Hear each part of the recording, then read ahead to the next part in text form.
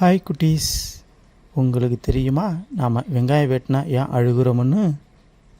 அதுக்கு பின்னாடி சின்ன சுவாரஸ்யமான ஸ்டோரி இருக்குது.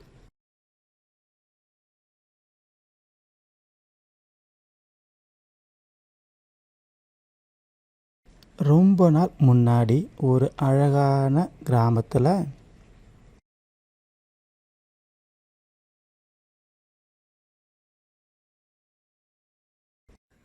மூன்று நண்பர்கள் வாழ்ந்து வந்தாங்களாம். முதலாவதாய் தக்காளி, இன்னொருத்தர் ஐஸ்கிரீம், மூன்றாவதாய் வெங்காயம். அங்கே குளிர்காலம் வந்துச்சு. மூன்று நண்பர்களும் ஒன்றா விளையாடி ரொம்ப சந்தோஷமாக இருந்தாங்களாம். எங்கே போனாலும் ஒன்றா சந்தோஷமாக தான் போவாங்க. கொஞ்சம் கொஞ்சமாக பருவங்கள் மாற தொடங்கிச்சு. கடைசியாக இது கோடைக்காலம். ஒரு நாள் 3 பேரும் பார்க்குக்கு போய் ஒன்றா விளையாட நினச்சாங்களாம்.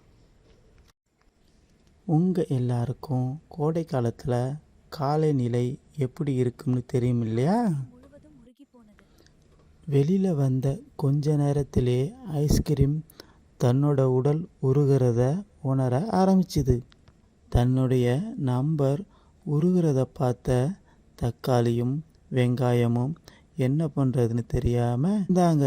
வெயில் அதிகமாக இருந்ததால் கொஞ்ச நேரத்திலேயே ஐஸ்கிரீம் மொத்தமாக உருகி மண்ணில் கரைஞ்சிருச்சு. மற்ற 2 பேரும் ஐஸ்கிரீம் உருகினதை நினச்சி வருத்தத்தோட அழுதுகிட்டே வீட்டுக்கு போனாங்க. அவங்க 2 பேரும் வீட்டுக்கு போகிற வழியில் ஒரு சின்ன பையன் கையில் பால் வச்சு விளையாண்டுக்கிட்டு இருந்தான். அந்த பையனுக்கு தக்காளியும் வெங்காயமும் வழியில் வர்றதை கவனிக்கலை. அந்த பையன் பாலை ரொம்ப வேகமாக வீசினான். அந்த பால் தக்காளி மேலே மோதுற மாதிரி வேகமாக வந்துச்சு.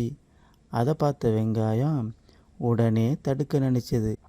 ஆனாலும் அதை தாண்டி தக்காளி தலையில் போய் தொம்முன்னு அடிச்சுது. அவ்வளோதான், தக்காளி அங்கேயே நசுங்கி இறந்து போச்சு. அன்னைக்கு ராத்திரி வெங்காயம் தனது 2 நண்பர்களை நினச்சி ரொம்ப சோகமாக இருந்துச்சு. ஒன்றுமே சாப்பிடலை. அது கடவுள்கிட்ட கேட்டுச்சா, ஓ கடவுளே, இப்போ என்னோட சிறந்த நண்பர்கள் என் கூட இல்லை. நான் இப்போ இங்கே அவங்களுக்காக தனியாக அழுதுகிட்டு இருக்கேன். நாளைக்கு எனக்கு ஏதாவது ஆனால் எனக்காக அழ யாருமே இல்லை. அப்போது வெங்காயம் தன்னை சுற்றி ஒரு ஒளிவட்டம் வர்றதை உணர்ந்தது. அந்த வெளிச்சத்திலேருந்து ஒரு குரல் கேட்டுச்சான், வெங்காயமே கவலைப்படாத, உனக்கு நாளைக்கு ஏதாவது ஆச்சுன்னா கண்டிப்பாக உன்னை சுற்றி இருக்கிற எல்லாரும் அழுவாங்க.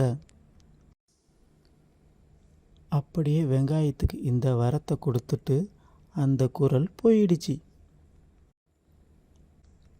அதனால தான் வெங்காயம் வெட்டும்போது நாமளும் அழுகிறோம்.